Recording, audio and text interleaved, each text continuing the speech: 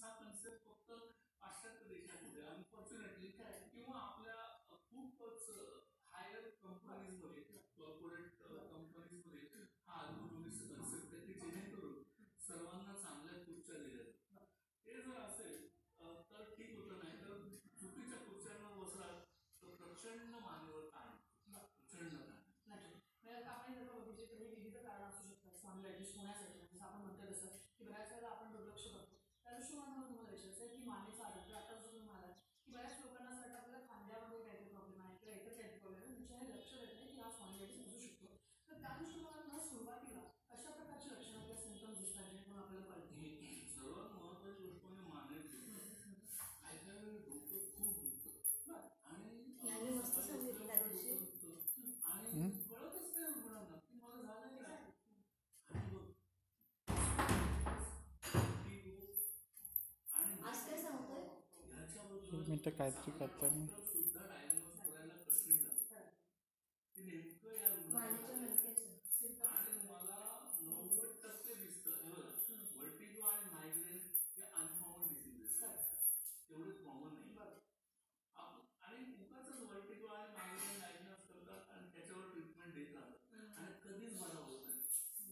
आणि मला 80-90% मला लगेच पेशंट आल्यावर कळतं की या पेशंटला स्पॉन्डिलायटिसच आहे. आणि मग आपण स्पॉन्डिलायटिस ट्रीटमेंट दिली, 15 दिवसात बरं वाटायला. काय कोणत्या लक्षणं असतात? माझं मणक्याचं आकुंचन होतं, मणक्यामध्ये जागा कमी होते आणि मणके घासले जातात, अस्थिकंठक निर्माण होतात, मणक्याचा नैसर्गिक बाक कमी होतो, रक्तपुरवठा कमी होतो, शिरावर दाब पडल्यामुळे हातापायाला भुंगे आल्यासारखे वाटतं, मान दुखतं, खांदा मान आखडते, कळलं ते मान ते खांदा, दंड, हात, पाठ, डोक्याचा हात इत्यादी ठिकाणी वेदना होतात, खोकणे, वेदना, मुंग्या येणे, बधीर होणे ही लक्षणं दिसून येतात.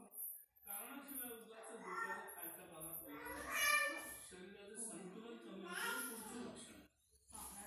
एकदम ऍडव्हान्स अगदी म्हणजे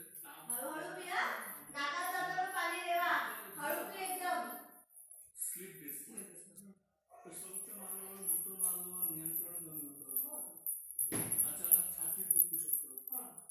अशी लक्षणं स्पॉन्डिलायटिसमुळे निर्माण होतात आणि हा स्पॉन्डिलायटिसमुळे हे समजतं.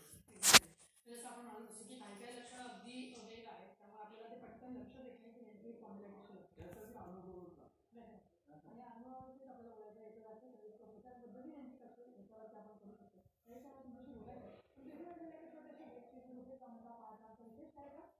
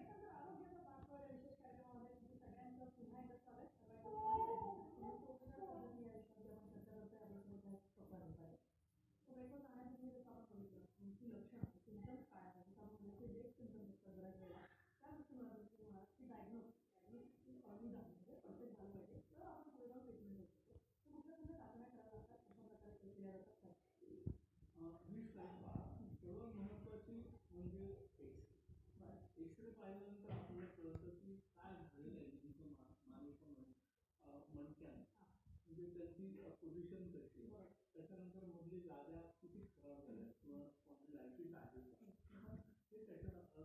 त्यातून कळतं.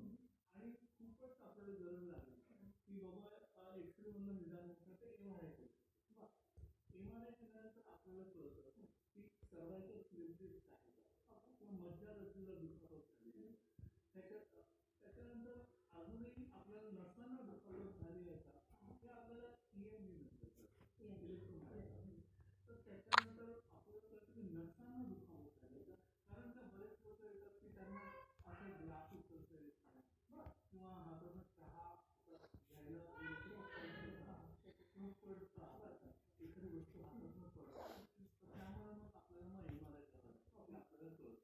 तर ह्या 3 चाचण्या जरी केल्या तरी आपल्याला कळतं की एक्झॅक्टली काय झालं.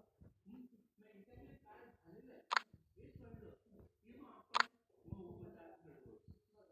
तर उपचार असं आहे की आधुनिक उपचार पद्धतीमध्ये जनरली आपण काही दिलं देतो आणि फिजिओथेरपी करायला लागतो की त्याचे म्हणजे काही व्यायाम प्रकार असतात ते करायला लागतात. आधुनिक उपचार पण अनफॉर्च्युनेटली आपल्याला असं आढळून आलं की आधुनिक उपचार पद्धती लिमिटेड उपयोगी म्हणजे उपयोगी पडते असं नाही. फिजिओथेरपी जर केली तर व्यवस्थित केली तर थोड्या प्रमाणात उपयोगी पडते किंवा पूर्णपणे तो बरा करू शकतो ना किंवा तसं.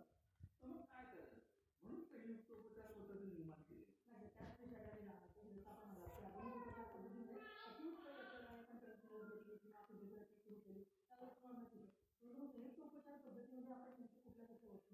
हा आता संयुक्त उपचार पद्धतीमध्ये आपण जर त्या मणक्यामधली गॅप किंवा जी कमी झालेली किंवा तिथे सूज झालेली तर सूज कशी करायची त्यासाठी एक 2 ट्रीटमेंट पंचकर्मामध्ये सांगितले. त्या पंचकर्माचं एक ट्रीटमेंट आहे म्हणण्यावरती म्हणजे खास मानवावर असं एक कणकेचं कळप केलं जातं आणि खास औषधी केलं त्यात केली जातं. त्यामुळे काय होतं आतमध्ये जे काही मणके आहेत त्याच्यामध्ये जे खराब झाले शिजलेलं झालं त्याला एक लुब्रिकेशन मिळतं. आतमध्ये ती तेल झिरपली जातात आणि ती औषधी देतात आणि त्याच्यामुळे तिकडची सूज कमी. हा फार महत्वाचा आहे. दुसरं असं म्हणतात